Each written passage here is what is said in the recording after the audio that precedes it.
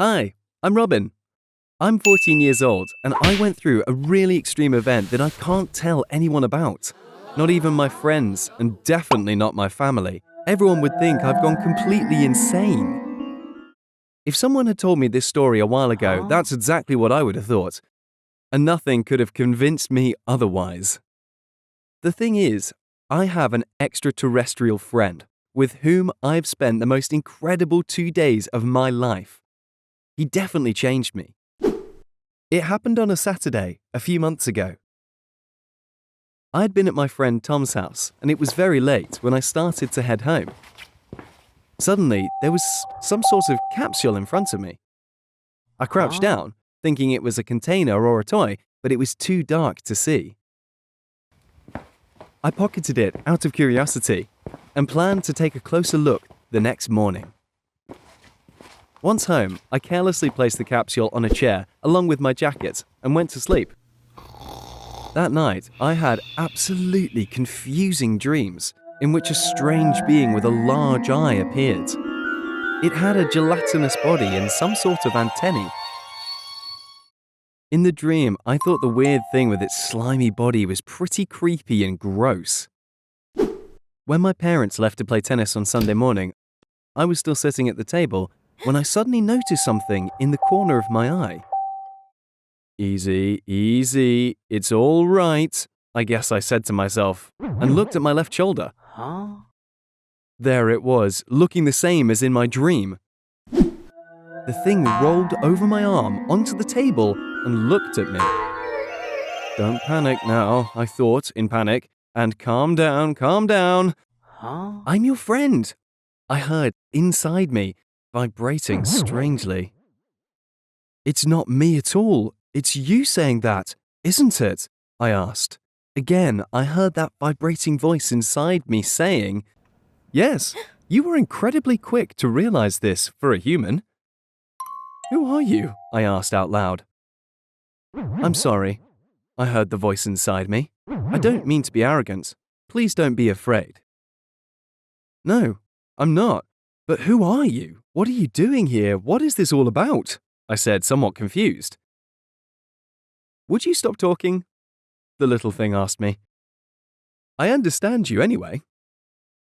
Your thoughts and speech are getting pretty confusing, which makes it hard for me to understand it all. Unbelievable, I thought. But it was all so completely crazy. I didn't wonder at all. I tried. But believe me, it's hard to control your thoughts. I'm from a galaxy not too far away, but you humans may not know that yet. Anyway, I was here several centuries ago and now I want to find out how far you have evolved. I am what is called a scientist, or an explorer. I have no name or gender, but call me Ammo.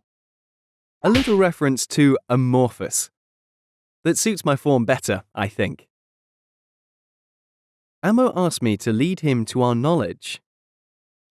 He was astonished when I sat him down in front of my laptop.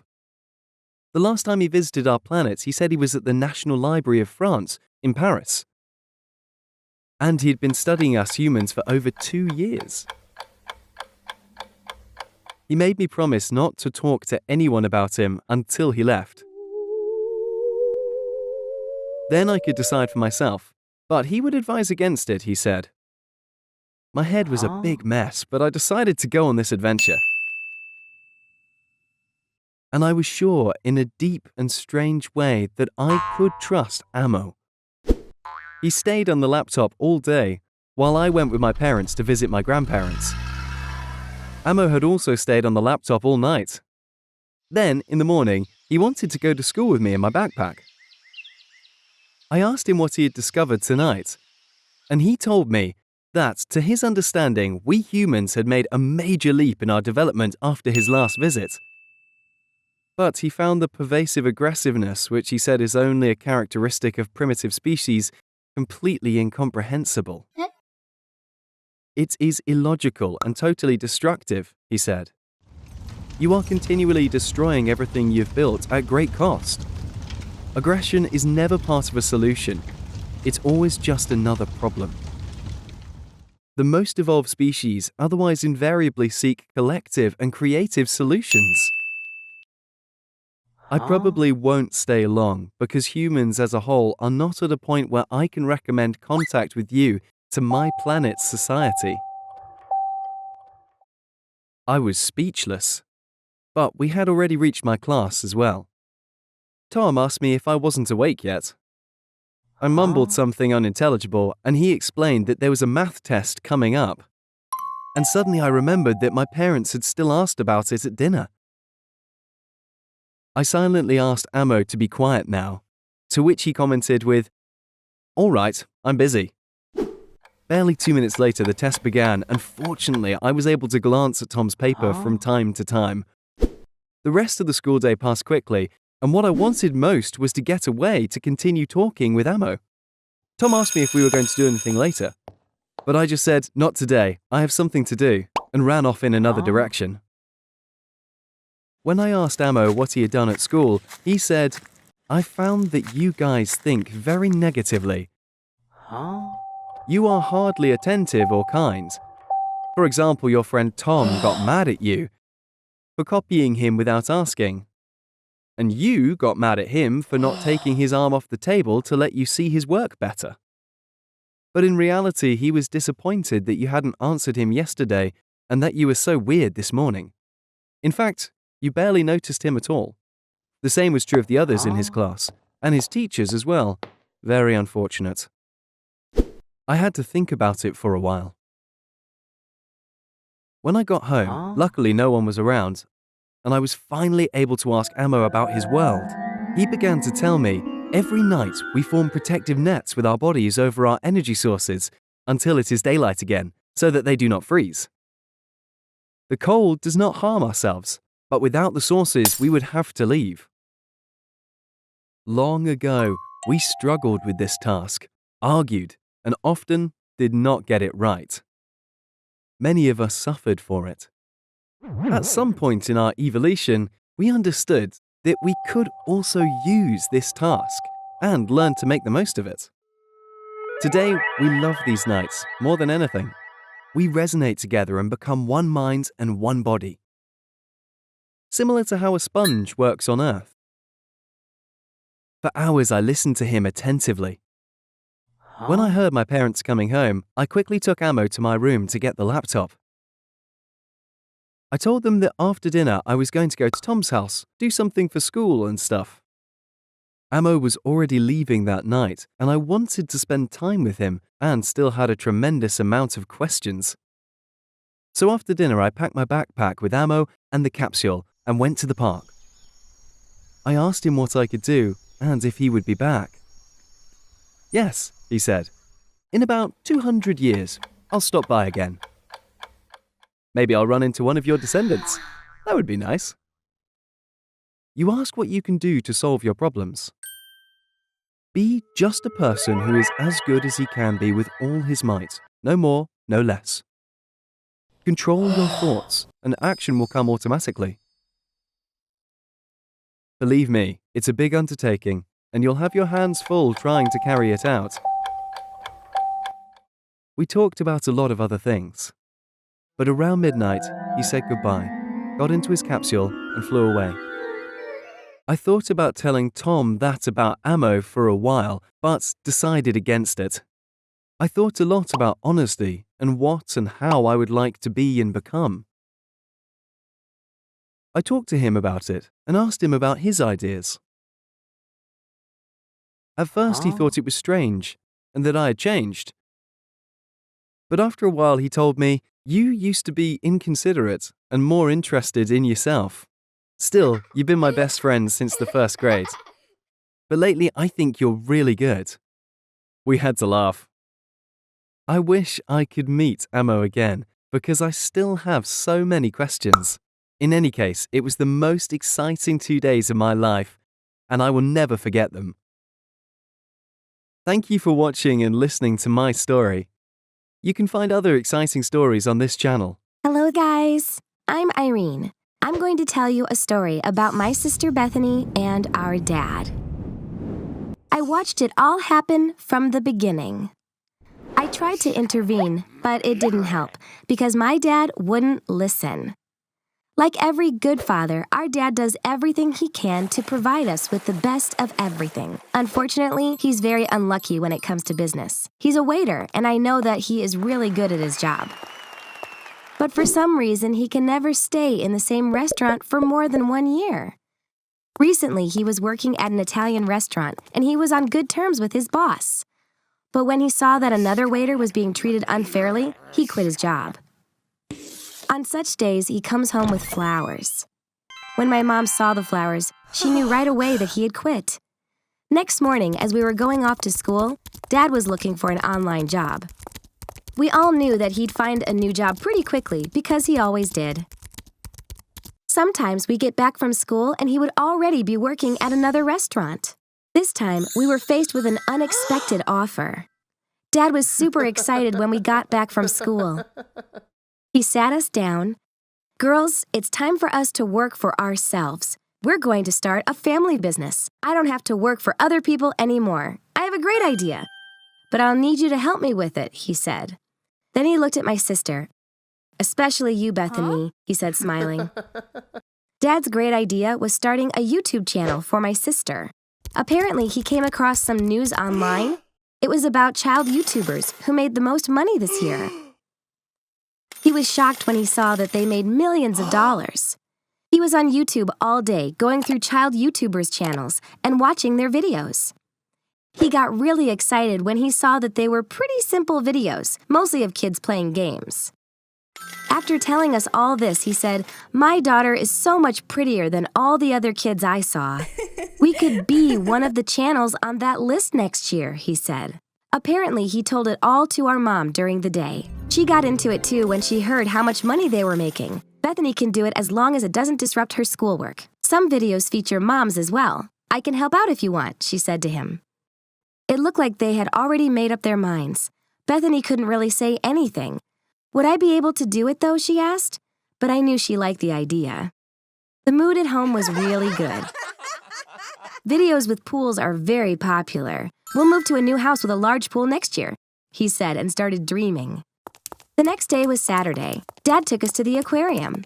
Bethany knew the place well because we had been there before with our parents and also once on a school trip. Dad was shooting a video, so she pretended like it was her first time.